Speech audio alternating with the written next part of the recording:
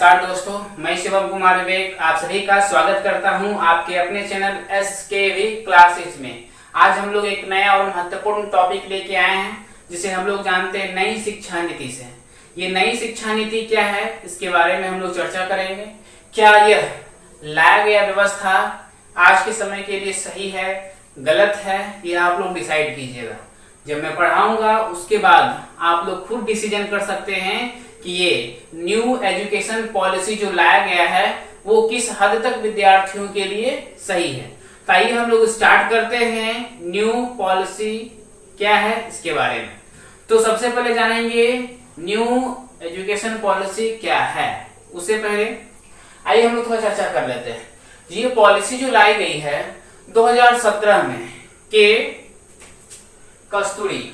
Doctor के कस्तूरी के सिफारिश पे लाया गया। ये प्रमुख थे, इसरो के पूर्व अध्यक्ष भी रह चुके हैं के कस्तूरी जी। 2017 की सिफारिश पे जो है हमारे न्यू एजुकेशन पॉलिसी लाई गई है।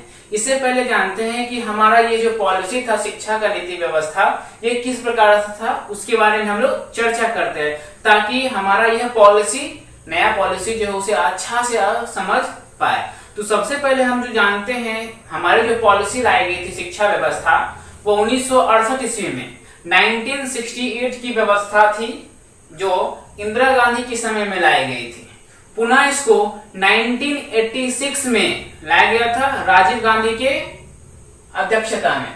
और नेक्स्ट जो है इसी को हल्का परिवर्तित कर दिया गया 1992 में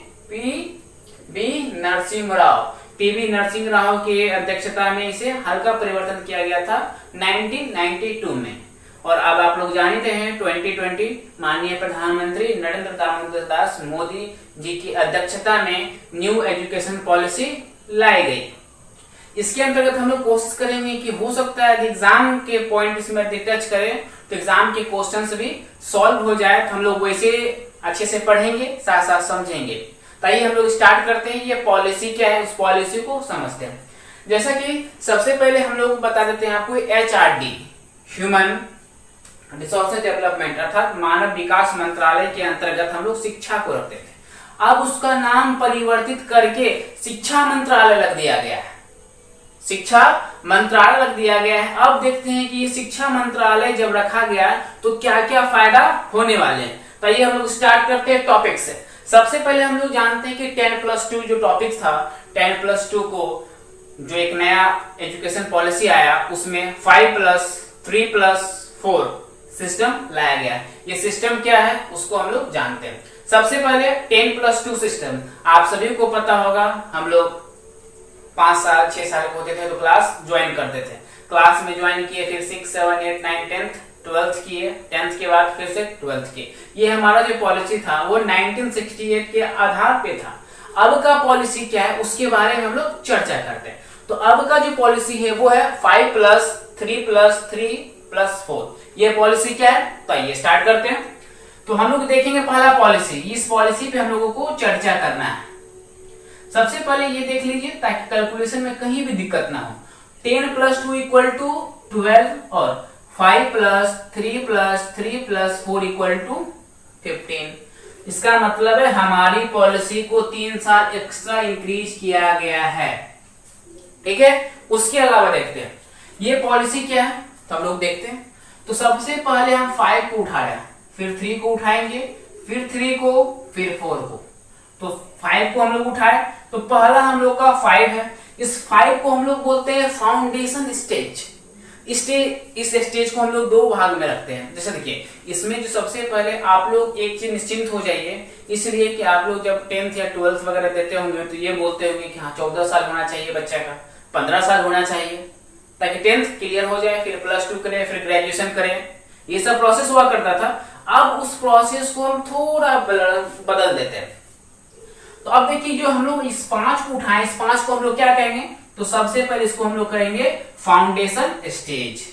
इसके लिए उम्र सीमा क्या होनी चाहिए, तो 3 वर्ष से लेके 8 वर्ष तक के बच्चे जो हैं, जो फर्स्ट स्टेज में आएंगे वो हम लोग उसको फाउंडेशन स्टेज कहेंगे। अब देखिए ये 5 है, हमने 5+2 कर दिया, सॉरी 3+3 2 कर दिया। अब ये 3+2 क्यों किए उसके बारे में जानते हैं। तो 3 साल तक जो बच्चा होगा, बच्चा का जब एडमिशन होगा तो उसमें जो 3 साल तक का जो अवस्था होगा वो किड्स रूप में होगा। अर्थात जैसे बच्चे जो है घर में व्यवहार करते हैं, खेलना धुपना, अलग अलग एक्टिविटी करता है, अलग अलग नखरे करते हैं, तो वो क्या है पॉलिसी, स्कूल में बच्चे जाएंगे, खेलेंगे धूपेंगे, जैसे जैसे घर में करते थे सेम वैसे ही करते रहेंगे, कोई फर्क नहीं। लेकिन बच्चा को स्कूल जाना, यहाँ 3 ही वर्ष है। पहले हम लोग जाते थे 6 वर्ष 5 वर्ष की अवस्था में, तो यहाँ पे पहले अंतर आपको ये देखने को मिला है। दूसरा 3+2 किए तो 3 साल तो हम बच्चे को देख लिए, कभी खिला दिए, जैसा कि एक नाटक रूप में बच्चा करता है नटखट काम, ये काम वो काम, छोटा मोटा वगैरह जो भी हो। उसके अलावा जानना आपको +2 जो किए इसमें, तो +2 में क्या होगा, इसमें आपको जो होगा वो क्लास 1 और क्लास 2 की शिक्षा दी जाएगी। अर्थात क्लास 1 में और क्लास 2 की बात को आपको यहाँ पढ़ाया जाएगा। लेकिन इंपॉर्टेंट पॉइंट, इसमें कोई एग्जाम नहीं होने वाला है। अर्थात हमारे फाउंडेशन स्टेज में कोई भी एग्जाम नहीं होने वाला है। तो जो 3 साल की अवस्था है उसमें क्या होगा, प्री प्राइमरी स्टेज में हम लोग पढ़ेंगे, खेलने वाला काम बच्चे वगैरह जो करते हैं प्लेइंग स्टेज में होगा। जबकि इसमें क्लास 1 और क्लास 2 पढ़ाया जाएगा, लेकिन नो एग्जाम, कोई एग्जाम नहीं होने वाला है। तो ये आपका पहला स्टेज खत्म हो गया, जिसको हम लोग बोलते हैं फाउंडेशन स्टेज। नेक्स्ट चलते हैं, नेक्स्ट हमारा ये 3 है, जिसको हम लोग क्या बोलते हैं, प्रीपैरेटरी स्टेज। कौन सा स्टेज, प्रीपैरेटरी स्टेज। इसके लिए सबसे पहले हम एज देख लेते हैं, एज क्या होना चाहिए। तो एज जो है 8 साल से लेके 11 साल तक के बच्चे जो होंगे जो इसमें एडमिशन लेंगे वो प्रीपैरेटरी स्टेज के अंतर्गत आएंगे। अब देखिए ऊपर वाले स्टेज में तो हमने क्लास 1 और क्लास 2 में पढ़ लिया, अब ये +3 है, इसका मतलब 3 क्लास आगे, तो 2 तक तो पढ़ लिए। अब हम लोग पढ़ रहे हैं 3 पढ़ रहे हैं, 4 5 क्लास तक पढ़ेंगे इसमें, ये हो गया, एज भी निर्भर हो गया। अब इसके अंतर्गत पढ़ाया क्या जाएगा, तो इसके अंतर्गत आप स्टडी के साथ साथ एक्टिविटी भी जोड़ दिया जाएगा। देखिए जब भी कोई बच्चा 3 साल 4 साल तक कोई गेम खेलता है, कैरम बोर्ड हो गया, चेस वगैरह हो गया, और भी प्लेइंग गेम जितने भी है, तो उसमें कुछ ना कुछ रुचि जागता है, कुछ ना कुछ उसमें एक्टिविटी आ जाता है, कला आ जाता है, तो उसी कला को हम लोग निखारेंगे। तो अब देखिए क्लास 5 में क्या हो गया, एक्टिविटी के साथ साथ स्टडी का भी प्रोसेस हो गया, एज भी निर्धारित हो गया, किस क्लास में पढ़ेंगे वो भी निर्धारित हो गया। अब देखिए इसमें एक इंपॉर्टेंट पॉइंट है लैंग्वेज।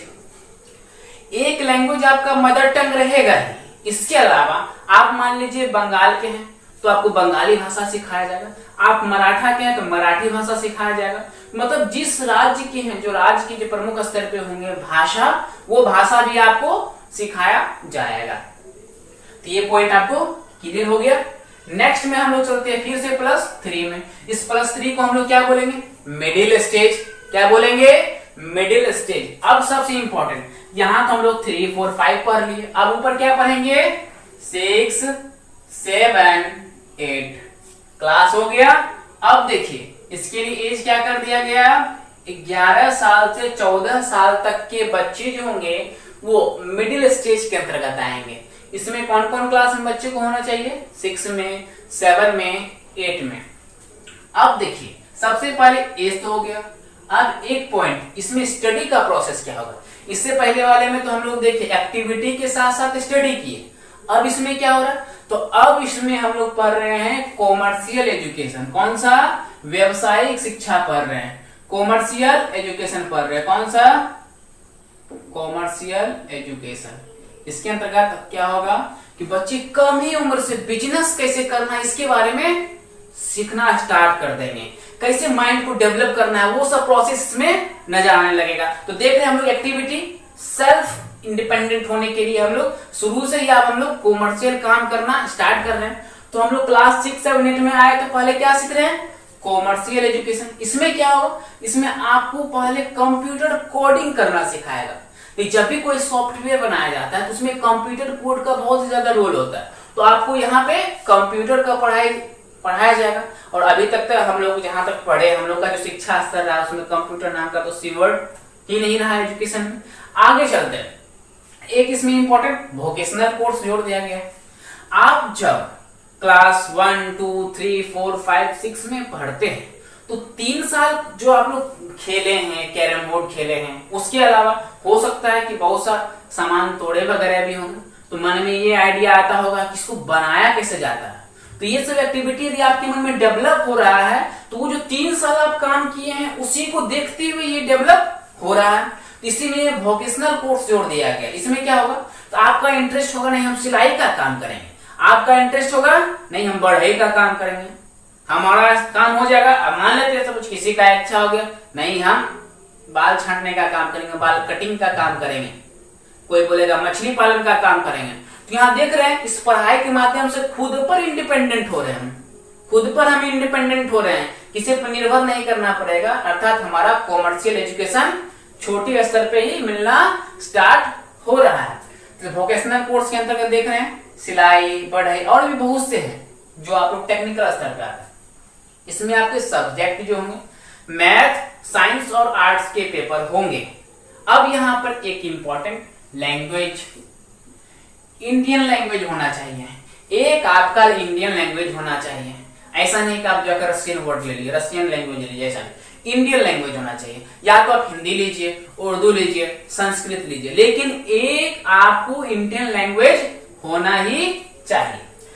अब उसके अलावा उम्मीद करते हैं कि ये मिडिल स्टेज आपको अच्छे से समझ में आया होगा। चलिए नेक्स्ट हम लोग चलते हैं, ये हमारा बच गया फोर्थ। इस फोर्थ को हम लोग क्या बोलेंगे, पहले फोर्थ का नाम सेकेंडरी स्टेज। अब तो हम 8 तक तो पढ़ लिए, अब पढ़ेंगे 9, 10, 11, 12। ठीक है। हाँ एक इंपॉर्टेंट आप लोग तो ये देखे ही हो, जैसे कि ये स्टेज में हम लोग पढ़े थे कि इसमें एग्जाम नहीं हुआ, क्लास 1, 2 में एग्जाम नहीं हुआ, लेकिन प्रिपरेटरी स्टेज से एग्जाम स्टार्ट हो चुका है। अब हम लोग पहुंच चुके हैं कहां पर, सेकेंडरी स्टेज में। इसके लिए एज क्या होना चाहिए, 14 से 18। सेम वैसा ही बात है जैसा 10+2 में जो एज का प्रोसेस था वो देख रहे सेम प्रोसेस है। तो क्या हो गया 14 से 18 तक एज होना चाहिए। हम लोग कौन क्लास में पहुंच गए हैं, 9, 10, 11 और 12, ये 4 हो गए।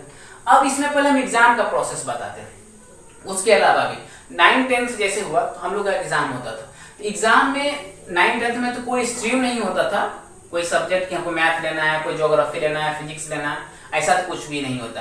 9, 10 में आप नॉर्मली एग्जाम वगैरह देते हैं, लेकिन इसमें एग्जाम का जो प्रोसेस होगा वो सेमेस्टर वाइज हो जाएगा। आप सेमेस्टर वाइज करने का क्या आवश्यकता है, आप लोग जब एग्जाम देते होंगे तो 1 महीना डेट बचता होगा, तो 1 महीना पहले सोचते होंगे नहीं पढ़ लेते हैं, एग्जाम में थोड़ा नंबर अच्छा आ जाएगा। तो एग्जाम के प्रेशराइज को लेके 6 महीना का ड्यूरेशन बनाया गया कि 6 महीना में एग्जाम होगा, 6 महीना में 6 महीना, इस तरह से प्रत्येक 6 महीना में यदि एग्जाम हो, ठीक है, तो 8 सेमेस्टर होंगे, 8 सेमेस्टर होंगे। तो 4 ऐसे हम लोग क्या देते थे, 1, 2, 3, 4 एग्जाम देते थे, लेकिन अब देना होगा 8 एग्जाम। आज जब 8 एग्जाम देना होगा तो पढ़ना भी ज्यादा पड़ेगा। इसीलिए ये पॉलिसी क्या है आप लोग अंत में कमेंट सेक्शन में जरूर बताइएगा। चलिए अब लोग देखते हैं एग्जाम का क्या होगा पैटर्न, सेमेस्टर वाइज हो जाएगा। अब आ जाइए 11th 12th में तो स्ट्रीम होता था ना, अब सब स्ट्रीम खत्म, कोई सब्जेक्ट नहीं। आपका मन है हिस्ट्री पढ़िए, ज्योग्राफी पढ़िए, सिविक्स पढ़िए, पॉलिटी पढ़िए, जो पढ़ना है सब पढ़िए। अब आइए नो स्ट्रीम, स्ट्रीम का झमेला खत्म। आपके पास सब्जेक्ट कितने हो गए, मल्टीपल सब्जेक्ट हो गए। मल्टीपल हिस्ट्री पढ़ना है हमारा, ज्योग्राफी पढ़ना है हमारा, हिस्ट्री पढ़ना है, मैथ पढ़ना है, साइंस पढ़ना है, जो मन तो पढ़िए, लेकिन हमारा अब मल्टीपल सब्जेक्ट हो गया है। अब जब यहां से आप पहुंचते पहुंचते एक स्टेज में पहुंचते लास्ट में क्रिटिकली थिंकिंग, इसको समझिए। आप बचपन से देख रहे हैं एक्टिविटी आप में आ रहा है कि कैसे हमको काम करना है, कैसे खुद पर इंडिपेंडेंट होना है, इसके लिए हमको क्या करना चाहिए, क्या निर्णय लेना चाहिए, क्या सही है क्या गलत है, ये सब चीज आपको स्टार्टिंग से ही सिखाया जाएगा। इससे आप क्या होगा, आप जब इस लेवल में पहुंच जाइएगा, मैच्योर होने लगेगा, तब आपके माइंड में यह छपने लगेगा कि हम जो काम कर रहे हैं वो काम बिल्कुल सही होगा। तो आप में पहले क्या आएगा, कॉन्फिडेंट आएगा, बिल्कुल कॉन्फिडेंस आ जाएगा, ताकि आप कोई भी काम आसानी से कर पाइएगा और यहाँ आप खुद आत्मनिर्भर हो जाइएगा, क्योंकि सारा एक्टिविटी सारा कला तो आप सीख ही रहे हैं शुरू से ही। अब देखते हैं, अब हो गया एक लैंग्वेज। इसमें एक लैंग्वेज को इंक्लूड किया गया है, वो लैंग्वेज हमारा होगा फॉरेन लैंग्वेज। आपका इच्छा है आप रशियन सीखिए, इंग्लिश सीखिए, ब्रिटिश सीखिए, अमेरिकन लैंग्वेज सीखिए, फ्रेंच लैंग्वेज सीखिए, लेकिन चाइनीज लैंग्वेज को छोड़ के। पूरे विश्व में जो अभी चाइना की संख्या, उसकी जो भाषा बोली जाती है मंदारिन भाषा, झुंग झांग किंग झुंग जो भी बोला जाता है, भाषा तो दिमाग से ऊपर ही रहता है, लेकिन उस भाषा को इसमें इंक्लूड नहीं किया गया। अब क्या पर्पस है, आप सभी को अच्छे से इस प्रकार की घटनाएं पता ही है, ये इंटरनेशनल मुद्दा है जिसमें इसको इंक्लूड नहीं किया गया। अब क्या सही है क्या गलत है, इसको आपको कमेंट सेक्शन में बताना है। चलिए नेक्स्ट में हम लोग देखेंगे। उसके अलावा अब इसमें कौन, जर्मन भाषा देख लीजिए, फॉरेन में बहुत सी भाषा, जर्मन हो गया, फ्रेंच सीखना है, अमेरिकन सीखना है, रशियन सीखना है, लेकिन इसको छोड़ के हो गया हमारा 5 + 3 + 3 + 4, कोई भी दिक्कत नहीं। चलिए नेक्स्ट चलते हैं, हम लोग आसानी से समझ में आएगा। अब आ जाते हैं हम लोग ग्रेजुएशन, +2 तक हो गया, कोई स्ट्रीम नहीं। तो आप बताइए ग्रेजुएशन में कोई स्ट्रीम होगा? नहीं होगा, बिल्कुल नहीं होगा। लेकिन अब जो ग्रेजुएशन होगा वो 4 साल का होगा। पहले ग्रेजुएशन 3 साल का, ठीक है, और अब क्या हो रहा है 4 साल। इसमें क्या प्रोसेस है, इसमें ये प्रोसेस, यदि आप फर्स्ट ईयर कर लिए, फर्स्ट ईयर करने के बाद आप छोड़ जाते हैं, 4 साल 5 साल बाद आते हैं, तो आप सेकेंड सेमेस्टर में एग्जाम, सेकेंड जो ईयर होगा, सेकेंड ईयर में आप एडमिशन करा सकते हैं। लेकिन अभी में क्या होता था, आप पार्ट 1 कर लिए हैं, पार्ट 2 कर लिए हैं, तो ऐसा कुछ नहीं कि आप आइएगा तो पार्ट 2 में एडमिशन कराइए, ऐसा कुछ नहीं है। तो फिर से आपको ग्रेजुएशन करना पड़ेगा। तो यहाँ एक सुविधा ये भी देखने को मिल रहा है कि आप 1 साल 2 साल पढ़ लीजिए, फिर चले जाइए, कमा के आइए, अपना पैर मजबूत करके आइए, उसके बाद एडमिशन लीजिए। तो देखिए ग्रेजुएशन हम लोगों का 4 साल होगा। पहला ईयर जो 1 साल का जो पूरा कर लेगा, 1 साल का कोर्स जो पूरा करेगा उसको गवर्नमेंट सर्टिफिकेट ग्रेजुएशन कहेगी। जो 2 साल का करेगा उसको हम लोग डिप्लोमा ग्रेजुएशन करेंगे, और जो 3 साल का होगा उसे जॉब या डिग्री ग्रेजुएशन कहेंगे, और जो 4 साल का करना चाहता है उसे रिसर्च ग्रेजुएशन कहेंगे। अब आपका मन में होगा सर जी एग्जाम कैसे देंगे, मन में प्रश्न हो सकता है एग्जाम कैसे देना है, क्या ग्रेजुएशन में तो हमें 1 साल का कर सकते हैं, 2 साल का कर सकते हैं, 3 साल कर सकते हैं, सर 1 साल वाला करके ग्रेजुएशन फॉर्म भर सकते हैं? तो नहीं सर, बिल्कुल नहीं। जॉब चाहिए आपको तो 3 साल करना पड़ेगा, 3 साल करना पड़ेगा। अब देखिए 4 साल का जब आप ग्रेजुएशन करते हैं तो आपका आता है उसके बाद पीजी, पोस्ट ग्रेजुएशन। अभी कितने साल का? 2 साल का। अब कितने साल का? यदि आप ग्रेजुएशन 4 साल का करते हैं तो पीजी आपको 1 ही साल का करना होगा। यदि आप 3 साल का ग्रेजुएशन करते हैं तो इसमें पीजी 2 साल का करना होगा। अब देखिए कोई अंतर रहा? बिल्कुल भी नहीं। ग्रेजुएशन के बाद पोस्ट ग्रेजुएशन करते हैं हम लोग तो 5 साल लगता है, इन्होंने तो 5 साल लग रहा है। चलिए अब इसके बाद जैसे हम लोग को आपको जैसे होगा कि एमफिल वगैरह, देखिए एमफिल को हटा दिया गया, एमफिल जो है वो उसको हटा दिया गया, लेकिन पीएचडी पे चर्चा अभी नहीं किया जा सकता है क्योंकि इसके बारे में अभी कुछ कहा नहीं गया, लेकिन इसको हटाया नहीं जा सकता। ये जैसा था प्रोसेस ये वैसा ही रहेगा।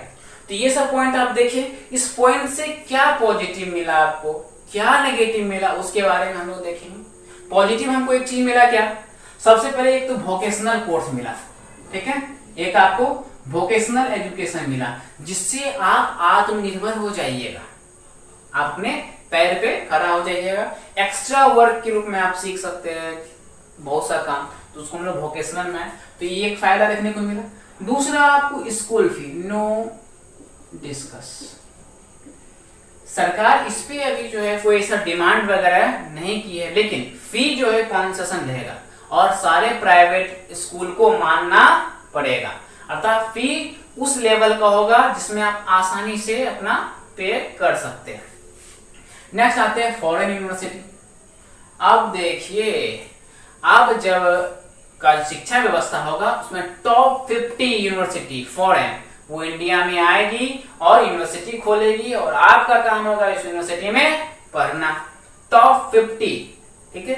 हालांकि ये प्रोसेस जो है मनमोहन सिंह के समय ही लाने का प्रस्ताव था, लेकिन विपक्षी वगैरह जो थे वो सहयोग नहीं रहे। नेक्स्ट देखते हैं, ये सब पॉइंट बाद में हम लोग डिस्कस कर सकते हैं। फॉरेन यूनिवर्सिटी वगैरह भी आएगी। अब इसमें शिक्षा पे जो इन्वेस्ट किया जा रहा है, अभी जो शिक्षा व्यवस्था वगैरह थी वो शिक्षा व्यवस्था 3% इन्वेस्ट करती, लेकिन अब सीधा इसका दुगुना खर्च होगा, सीधा जीडीपी का 6% इन्वेस्ट होगा शिक्षा पे, तो फायदा वाला है बात। देखिए ये सब प्रोसेस तो अभी लागू होने वाला है नहीं, ये प्रोसेस आपका जो है न्यू एजुकेशन पॉलिसी 2022 में सुचारू रूप से चलेगी, इसलिए इस प्रोसेस को सिर्फ आप जान जाइए ताकि आसान है। अब देखिए इसमें दो चीज बहुत अच्छा हमको लगा, आप लोग कमेंट सेक्शन में बताइएगा कि कैसा लगा। देखिए अब मान लेते हैं कि बचपन में आप स्कूल में हैं, पढ़ने में तेज हैं, दोस्त लोग एकदम पूरा आपसे खुश हो जाता है कि ये लड़का पढ़ने में ठीक है, ये पढ़ने में ठीक है, यही फर्स्ट आएगा। तो उस समय कोई विद्यार्थी, कोई फ्रेंड मदद नहीं कर पाता था, लेकिन यदि आपका इसमें रिजल्ट बनता है, इसमें रिजल्ट का क्या प्रोसेस रखा गया, आपका रिजल्ट सिर्फ मार्क्स से ही डिपेंड नहीं करेगा, आपको ये डिपेंड करेगा, जो पहले ले लेते हैं फ्रेंड को, फ्रेंड्स भी आपको मार्क्स देंगे और टीचर भी मार्क्स देंगे। इसके अलावा आप खुद भी खुद को मार्क्स दीजिएगा कि आप अपने तरफ से कितना सहयोग किए हैं, खुद को कितना असिस्ट किए हैं, तब ये मार्क्स आपका तैयार होगा। हम लोग के समय में दोस्त हम लोग का सपोर्ट में था, लेकिन उसमें कोई मार्क्स नहीं मिलता था, जो टीचर दिया, जो आयोग दिया, जैसा वैसा ही रह गया। अब डिपार्टमेंट का बात करते हैं, क्या ये जो प्रोसेस होगा इसका डिपार्टमेंट का क्या मतलब क्या प्रोसेस लाएगी। अब स्कूल व्यवस्था जैसा है, आप लोगों को अच्छे से पता होगा कि जैसा ये प्रोसेस लाने वाली है सरकार, ला चुकी है, उस प्रोसेस में आपको स्कूल व्यवस्था अच्छी होनी चाहिए। क्या गवर्नमेंट स्कूल कितनी अच्छी है, प्राइवेट स्कूल इतनी अच्छी है। प्राइवेट का चर्चा करें तो वो है, लगभग में है, लेकिन गवर्नमेंट की चर्चा हम लोग नहीं कर सकते। इस पे आप ये चीज है कि इस डिपार्टमेंट के अंतर्गत इंफ्रास्ट्रक्चर रखा गया। अभी जैसे कि डिपार्टमेंट के अंतर्गत सिलेबस कंपाइल करेगा, एक सिलेबस होना ही चाहिए, आपको एजुकेशन प्राप्त करे तो इसका सिलेबस होना चाहिए। तो डिपार्टमेंट का काम क्या होगा, आपको सिलेबस अच्छे से तैयार करना है। दूसरा, इंफ्रास्ट्रक्चर, जो एजुकेशन व्यवस्था सरकार ला रही है उसके लिए व्यवस्था तो होना चाहिए, एक अच्छा स्कूल होना चाहिए, एक अच्छा हवा और वातावरण होना चाहिए, गार्डन वगैरह होना चाहिए, ये सब प्रोसेस तो होना चाहिए। ये सब हम लोग इंफ्रास्ट्रक्चर में लाएंगे। और एक रेगुलेटरी बोर्ड, पहले बोर्ड होता था UGC board, NCT board, AICT board, ये सब बोर्ड होती थी अलग अलग यूनिवर्सिटी की। तो अब ये सब का झमेला खत्म, तो एक ही रहेगी कमेटी का बोर्ड, उसको हम लोग बोलेंगे रेगुलेटरी बॉडी, जो पूरी व्यवस्था पे नजर गड़ाए रहेगी। ये प्रोसेस हो गया। अब देखिए, ये तो उम्मीद करते हैं कि इस पॉइंट को आप अच्छे से समझ पाए होंगे। इसके अलावा भी हम एक्स्ट्रा पॉइंट इसमें बताएं, तो ये चीज आप लोग सुन लीजिए। यदि आपको जीवन में कुछ आगे करना है तो एक चीज हमेशा याद होगा कि सेल्फ कॉन्फिडेंट होना जरूरी है। या आप लोग घर में कभी बोलते हो नहीं हमको ये करना है, वो करना है, ऐसे करना है, तो गार्जियन क्या बोलते थे, कॉन्फिडेंस है तब ये करो, नहीं तो हम जो बता रहे वो करो। अब देखिए वहां हम लोग को कॉन्फिडेंट कैसे आएगा, बचपन से कुछ सीखने को मिला नहीं उस टाइप से, लेकिन अब का बच्चा जो होगा उसमें तो शुरू से ही कॉन्फिडेंस लाया जाएगा। तो आने वाले समय में क्या फायदा होगा ये आप खुद भी सोच सकते हैं। बाकी ये प्रोसेस हमारा आपको कैसा लगा है आप जरूर बताइएगा कमेंट सेक्शन में करके, और हमारा ये तरीका आपको कितना पसंद आया, कितना अच्छा लगा ये भी जरूर बताइएगा। और अभी तक आप इस चैनल पे नए हैं, चैनल को सब्सक्राइब नहीं किए हैं, तो चैनल को सब्सक्राइब जरूर कर ले। बाकी हम लोग मिलेंगे नेक्स्ट वीडियोस में। धन्यवाद।